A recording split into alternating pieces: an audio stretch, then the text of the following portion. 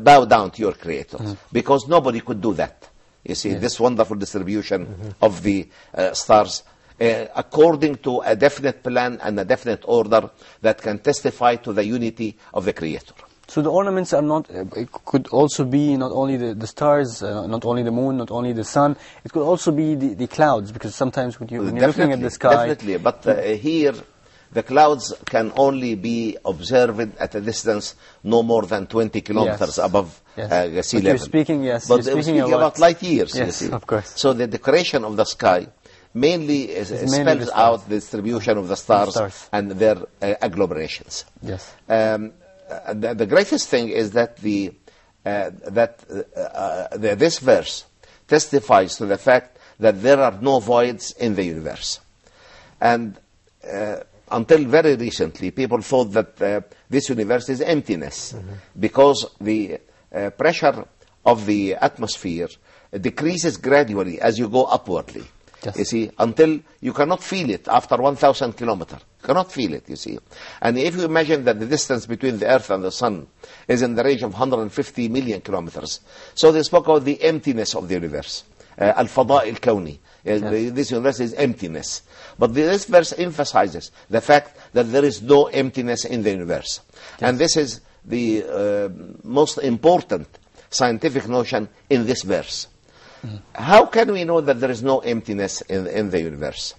The mere expansion of the universe, which is an established fact, defies and denies any emptiness in the universe. If there is emptiness, this expansion could never take place. Yes. You see. Secondly, the abundance of what we call the dark matter.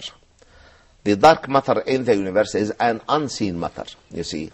And because it's unseen, and it must have higher densities than the average matter around it, you see, again, this defies the emptiness of the universe.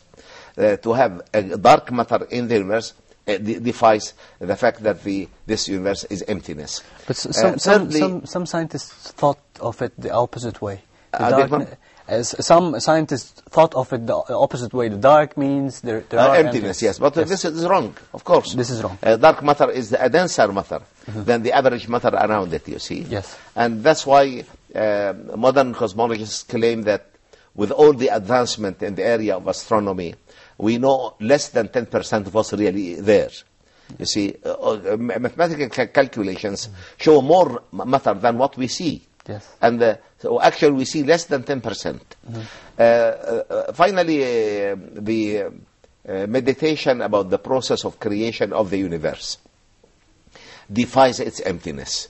Yes. So science today admits clearly that matter and energy infill space and time. There is no space without time, and there is no time without space, and there is no space and time without matter and energy.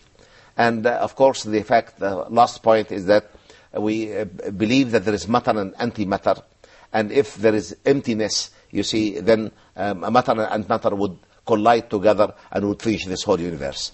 So it has been scientifically proved that our universe is immense, is vast, is very well planned, is established on exactly the same basis, from the elementary particles to the totality of the universe.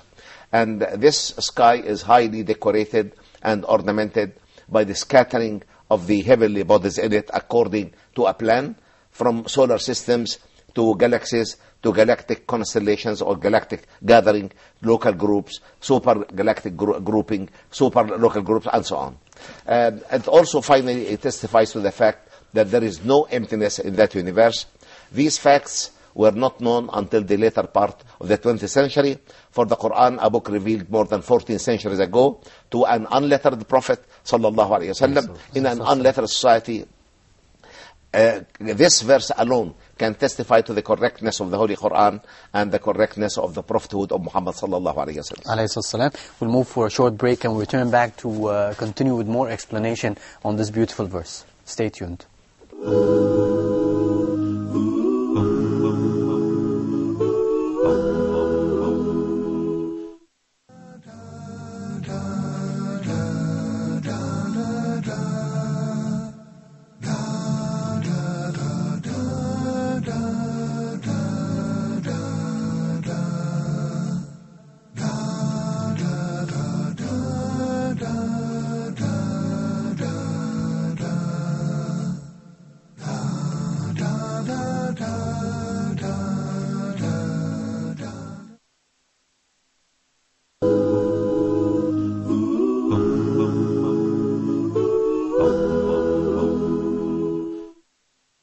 Assalamu alaikum wa rahmatullahi wa barakatuh. Welcome back. You're watching Quran and Science. And now we move to questions, and we start first by Zabihullah.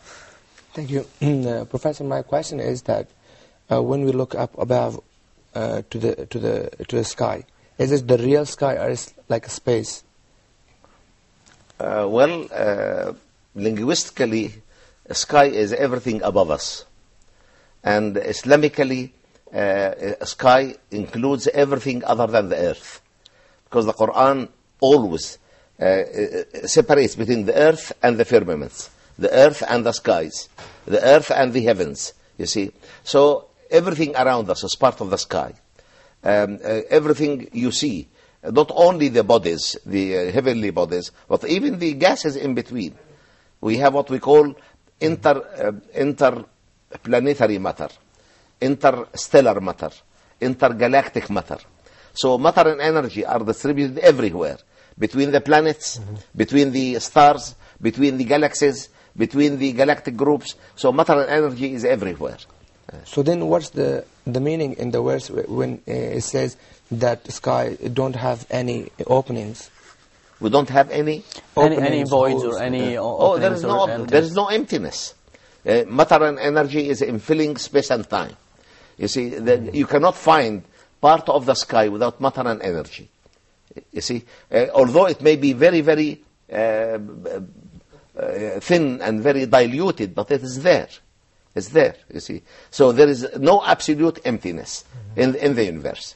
And then concerning the 7 skies, is after each sky we have another sky, or it's like 7 parts? You see, with the great advancement of science today, we only see a small sector of the first sky. And unless Allah has told us that He has created 7 firmaments out of the original 1 firmament, we have no means to establish that. So maybe we will have, after each sky, the stars or galaxies? No, stars are only found in the first firmament, according to the Quran. وَالسَّمَاءَ وَلَقَدْ زَيَّنَا السَّمَاءَ الدُّنْيَا بِمَصَابِيحَ. We have ornamented the first firmament with lamps. And the lamps here means stars. Now. Okay, so it's only on the first sky. Only on the first firmament. Yes. We don't know the difference between the different levels. Well, the Prophet ﷺ has an authentic hadith that describes that